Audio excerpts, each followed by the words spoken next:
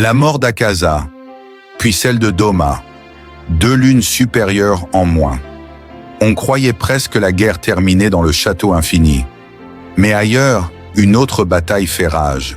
Mitsuri, le pilier de l'amour, et Obanai, le pilier du serpent, affrontent une nouvelle menace. La lune supérieure 4. Nakime, la démone au biwa. À peine s'approche-t-il que tout bouge. Les murs pivotent, le sol se dérobe, le château devient une arme. Mitsuri rougit, un peu perdu. Aïe, c'est gênant, je fonce partout. Obanai, lui, reste calme. Observe, réfléchit, n'agit pas trop vite. La pièce se déforme, encore et encore. Des couloirs foncent sur eux. Nakime contrôle le château comme ses propres membres. Mitsuri esquive grâce à sa souplesse. Mais une fenêtre apparaît. Et hop, elle est projetée dans une autre pièce. Obanai attaque. Mais les cordes de Nakime déplacent à nouveau les murs. Impossible de l'atteindre. Son attaque n'est pas puissante. Mais elle pourrait durer éternellement. À cet instant, dans une autre partie du château, Genya est propulsé par une paroi mouvante. Et il atterrit devant Kokushibo, la lune supérieure 1, un sabre Nichirin étrange dans la main. Une pression écrasante dans l'air. Genya sent son corps entier hésiter. Chaque cellule lui hurle de fuir. Kokushibo l'observe. « Ton nom ?»« Tokito », répond Genya. Le démon sourit.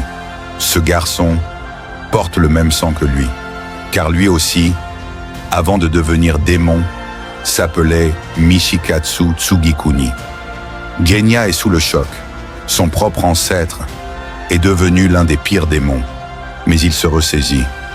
Peu importe qui tu es, tu restes un démon et je vais te trancher. Kokushibo est impressionné. Ce jeune garçon a à peine 14 ans et déjà la marque est éveillée. Il attaque. Un style imprévisible, plein de feintes, de rythmes brisés. Mais Kokushibo, par simple respect, dégainer suffit. Trancher. Le bras de Genya vole, même en tant que démon. Il maîtrise encore la respiration, et sa vitesse dépasse tout. Genya ne cède pas. Il stoppe l'hémorragie, il repart à l'assaut. Mais aussitôt, il est cloué à un pilier, son sabre arraché. Kokushibo sourit. « Tu es courageux, deviens démon et ton bras repoussera. » Tapi dans l'ombre, Muishiro surgit, lui aussi. Descendant de Kokushibo, il tente une attaque. Mais trop tard, le démon est déjà dans son dos. 2 coups, 2 bras sectionnés. Un corps démon, comme autrefois, tu ne mourras pas, sauf si je te tranche la tête. Kokushibo lève son sabre, mais soudain, clang! Une lame bloque la sienne. C'est Sanemi, le pilier du vent. Il se place entre son frère blessé et le démon. Je t'ai juré qu'aucun démon ne t'approcherait. Genya pense aux paroles de Tanjiro. Ton frère ne t'a jamais détesté. Dis-lui ce que tu ressens. Les larmes aux yeux, Genya comprend. Sanemi, lui, s'enflamme. Il force Kokushibo à sortir son arme. Une lame noueuse, organique, presque vivante. Jolie lame, grotesque, lance-t-il. Et le combat reprend. Un frère blessé, un pilier enragé, un démon ancestral.